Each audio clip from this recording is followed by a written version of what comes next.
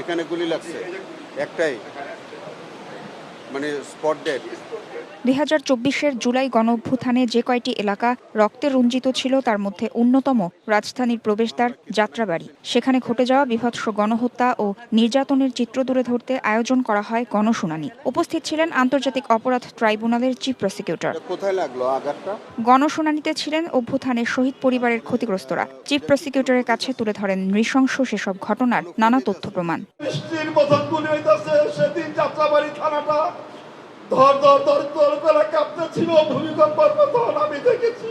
যাত্রাবাড়ি থানার সামনে গিয়া আমার ভাই 2টা গুলি হাতে খাইছে। এত পরিমাণে ব্লাড গেছে, ওর শরীরে কোনো ব্লাড ছিল না। মারা যাওয়ার পরে ওখান থেকে ওনারা ঢাকা মেডিকেলে লাস্ট হ্যান্ড ওভার করে দিছে। আমার মামলার আসামি শেখ হাসিনা, স্বরাষ্ট্রমন্ত্রী ডিবি হারুন, বিপ্লব কুমার সরকার, এই এলাকার যে তৎকালীন হাসিনা বাহিনী এমপি ছিল।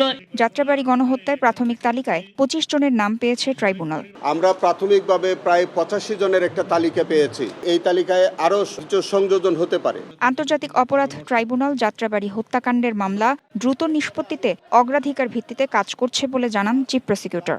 সিরিজ অফ অকারেন্স যেগুলো হয়েছে এগুলো আমরা একটা ইনভেস্টিগেশনে এনে একটা ইনভেস্টিগেশন রিপোর্ট সাবমিট করব এবং একটা বিচার প্রক্রিয়ার মধ্যে দিয়ে সেই বিচারটা আমরা শেষ করব। যাত্রাবাড়ি মামলাগুলোর মধ্যে এখন পর্যন্ত কেবল তাইয়ুম ভুইয়া হত্যা মামলার বিচার কাজ শেষ পর্যায়ে। ইতিমধ্যে আমাদের সাক্ষ্য প্রমাণ প্রায় শেষ হয়েছে। তাসনিয়া নিশাত, মিম, সময় সংবাদ, ঢাকা।